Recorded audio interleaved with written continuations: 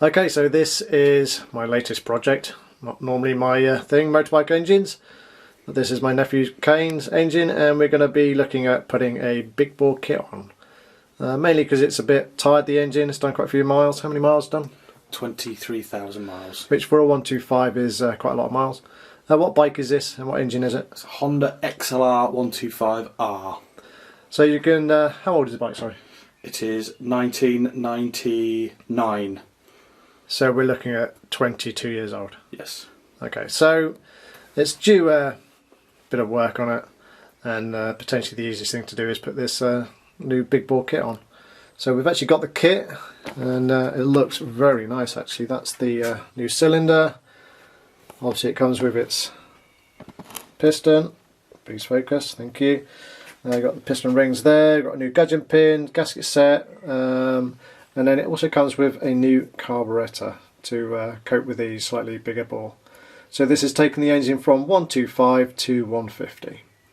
Okay, so I have to be honest, we haven't really got the correct manual for this. I mean, the fundamental, or the most important part of this rebuild is to get the timing right, because it's a 4-stroke engine. So I'm going to set the camera up, and then we're going to take off the timing covers, which Kane's just going to point at.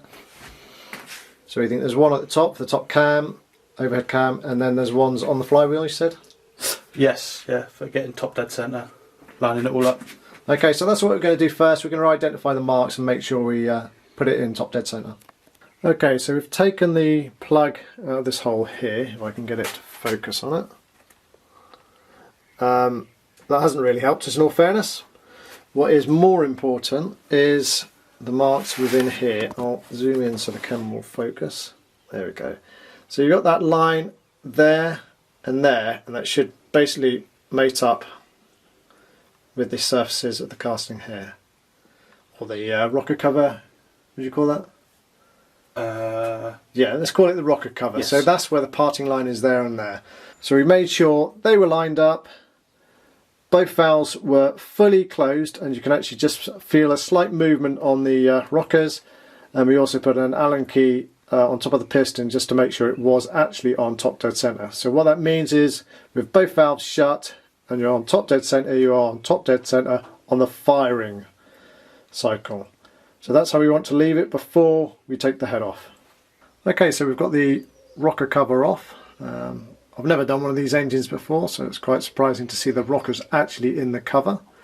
We're now questioning whether we should have actually undone the bolts on the top sprocket. But that's going to be the next thing. I'm just going to take a picture, and you guys need to realise that this cam's here pointing this way, and that cam is pointing that way. So they're both pointing down. Is that towards their relative valves? I suppose it might be. Either way, they're both pointing down. Okay, so this next step is a bit awkward. We need to do a few things at once, and I'm not going to be able to do much of narrating at the same time. We've undone the 2 bolts that hold the sprocket onto the cam, and before we take the head off, we need to actually support the chain and take the sprocket off, and we can also lift the camshaft out of the way. So I'm going to support it with a piece of copper wire, and then hopefully we can lift the head off. So we're going to leave it recording, and we're going to give it a go now. And I'm going to have to jump on here so I don't get in the way of the camera. Right, leave it recording then. So that's the sprocket coming off, and that's your cam. What I noted was, on the cam, the little oil hole at the top was pointing upwards on top dead centre. So that's what we'll aim to put it back as.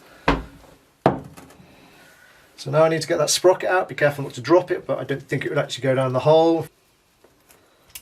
Right, so I'm still keeping tension on this chain. That's the important bit. The sprocket can only go back on one way. You can see these markings. It shows you which way it should go.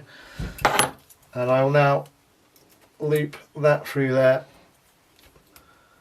and tie it on.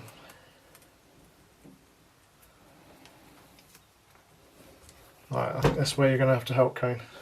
So I'll hold it, and you can then lift the head off. Yep. We have tapped the head and made it loose already, so yeah. Can you just move out of the way of the camera now? There you go, so you can see us lifting it up. We're having to do it at a slightly weird angle for the camera.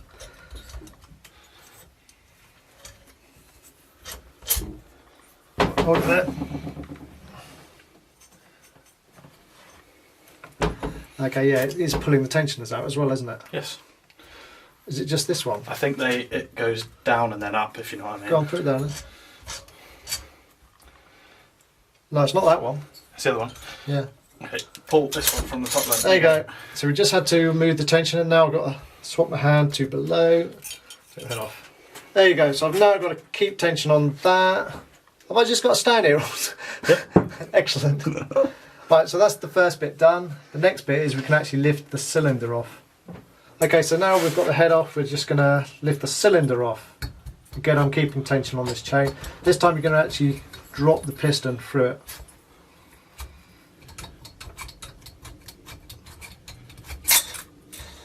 So there you go, that's come up. I was holding the piston as well. So right, there we go. Yeah. So there we go, that's the first part of the job done, and I'm going to very carefully put that chain to the side there.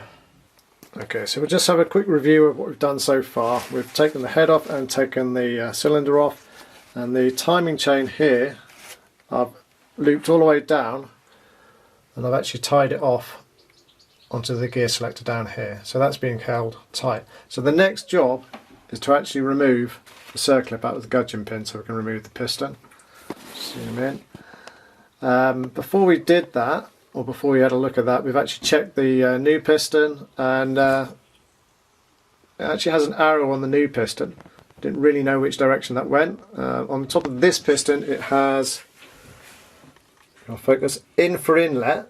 However, the arrow actually points to the exhaust, and if you're not sure, the valve cutouts in the top of the piston are different sizes, and this smaller diameter cutout here is for the smaller diameter exhaust valve. So the next thing we're going to do is circlips out and take the gudgeon pin out and the piston off, and that's why we've put, zoom out a bit, that's why I put this cloth down here to stop any accidental dropping of circlips into the crankcase. So this is just a little indication of the difference in size from 125 to 150. The next job is to install the piston rings. The key thing about the piston rings is check if they should be orientated up or down, and the gaps should always be placed 120 degrees apart. You don't want all the gaps lining up because that would be a leak path. So as I'm doing these piston rings, I'm just going to point out I've done the oil control groove, and again the three parts of the oil control groove, the top, bottom and the actual springy bit in the middle, are 120 degrees apart. The two piston rings here, you can see they're slightly different sizes, and one's black and one's silver. This one's slightly thicker, and that one's the second ring, and this one is the top ring. Both these rings do actually have markings on them, or manufacturing markings. I don't know if you'll be able to see this. Let's see if I can zoom in. Yeah, I think you can see that. So there's a little marking there. That normally indicates top, although I don't actually know these need to go up either way up. And yeah, there is a little H there. I don't know if you can see that. Focus, camera. Focus. There you go. You can just see that H there. So they will go upwards towards the piston crown. The black one being the second one, the silver one being the top one. Right, so we put the piston rings on the piston. You can see I've put a couple of marks where the 120 degree apart are. Okay, so we're at the stage where we're going to put the cylinder back on. You can see here that we've actually put the piston back into the bottom of the cylinder, and we've left it sticking out just so we can get the gudgeon pin in. It seems to be the easiest way to do it. Also, it's worth noting we've put the gasket on, and these two dowels had to be swapped over. Please focus, camera. Okay. Had to be swapped over. Now you could have put them in the cylinder, but we found that one was actually quite loose, and what you don't want to happen if you've got them in the cylinder, you lift the cylinder over this and one of them falls into the engine. So we've put those into the crankcase, and now we are ready to put the cylinder back on. Oh, you've done that before. Oil in the shaft. Okay, so the piston has been pushed into the bottom of the cylinder. You can see we've got the gudgeon pin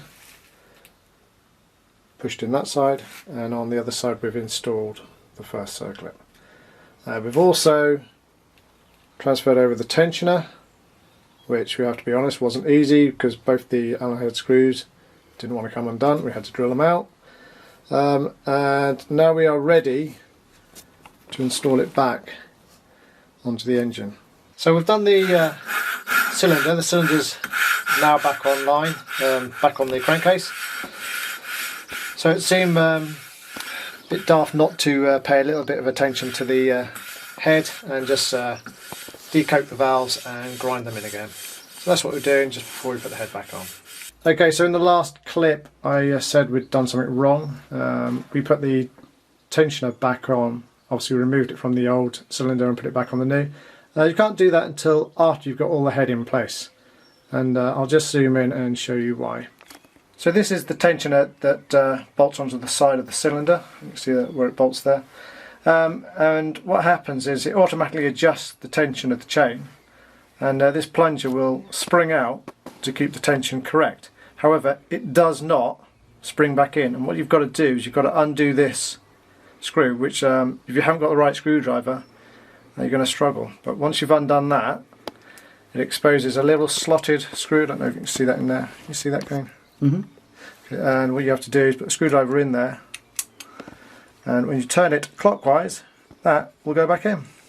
You're going to have to hold it clockwise while you insert it, otherwise it will spring out again. But that's how you do the tensioner. So you can't put the tensioner on until you've got the head bolted down. We did also have to drill out both of those because they had seized solid and the Allen key just turned in the head. Okay, we're at the stage where we're ready to bolt the head down, and what we need to do is just confirm the timing is all correct. So on that front, or that top pulley, you can see the horizontal lines mate up. We've got the cam, please focus camera, okay, is pointing down as it was with that hole pointing upwards. That means neither of the valves will be open. And then this plug at the bottom, which we didn't think was important, does actually show, if I can zoom in and get it to focus. Oh, I've just lost that T, I think. Yeah, you can just see a T down there. So it just slipped a little bit. But there's the T in that hole there. So the T should be there, the line should be horizontal, both the cams should be pointing approximately down so they're not opening any of the valves. And that should be in the right position to put the head back on, or bolt it back down. We have had to clean the surfaces here because you need a little bit of silicone on that, a very small amount though, because that is actually a mating surface. Obviously you've got the rockers in the head, so if you were to put a gasket in there that would mess up all your clearances. So just a little bit of silicone sealant, or RTV I think we've got. That stuff. Yeah, instant gasket is what we've got. So we're going to put some on that. We also need to put some on these bits here. That seems to be where it was. And then we'll get the head bolted down. Okay, so we've finished. We've got everything back in place. We had to cut a new gasket for the top cover up there. That wasn't a problem. The tensioner then was fitted, obviously holding the tension off using the screwdriver. I've then refitted the starter motor. But we did have a few problems, we're going to be honest. This wasn't as easy as we thought it would be. That plug in the front, which allows you to turn the engine over, I'll zoom in, would not come out. And we had to absolutely, I think the technical term is muller it. As you can see, we weren't very impressed with that. Maybe it had been over tightened and the heat had made it stick. The other problem we had was with the tensioner, it's on the wrong side, which is over here, hidden by the starter motor now. The two Allen head bolts there were so hard to undo that they spun, so they had to be drilled out. Do we have any more problems or not? No, I can't think. So the last bit of the job was to make sure everything was torqued up correctly and then do the valve clearances, which we've set to 0.1 of a millimetre. So that is everything done. Yep. That is a Honda 150 conversion kit. Recording.